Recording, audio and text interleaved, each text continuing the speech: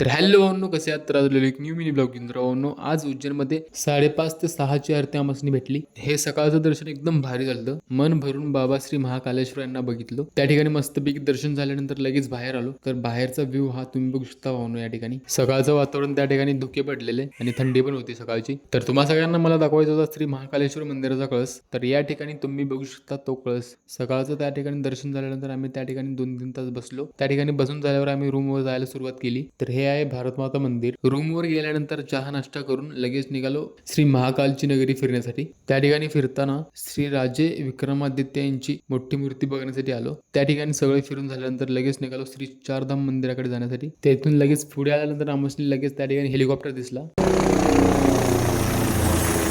त्या ठिकाणी तो हेलिकॉप्टर बघून झाल्यावर आम्ही लगेच आलो श्री चारधाम मंदिरापाशी. त्या ठिकाणी मस्तपैकी दर्शन झाल्यावर आम्ही लगेच आलो श्री वैष्णोदेवी गुफा फिरण्यासाठी. त्या ठिकाणी श्री वैष्णोदेवी गुफा फिरण्यासाठी 10,000 रुपयाचं तिकीट काढलं. त्या ठिकाणी त्यांनी श्रीकृष्णांनी गोवर्धन पर्वत उचललेला तो दाखवलेला आहे. मग लगेच तेथून पुढे आल्यानंतर श्री महादेवांच्या वेगवेगळ्या मूर्त्या त्या ठिकाणी होत्या. तेथून ती मूर्ती बघून झाल्यानंतर आम्ही लगेच गुफेच्या आतमध्ये जायला सुरुवात केली. तर आजच्या मिनी ब्लॉगमध्ये एवढंच होतं. तर याचा 5th पार्ट नक्की येईल, तो नक्की बघा तुम्ही. बाय.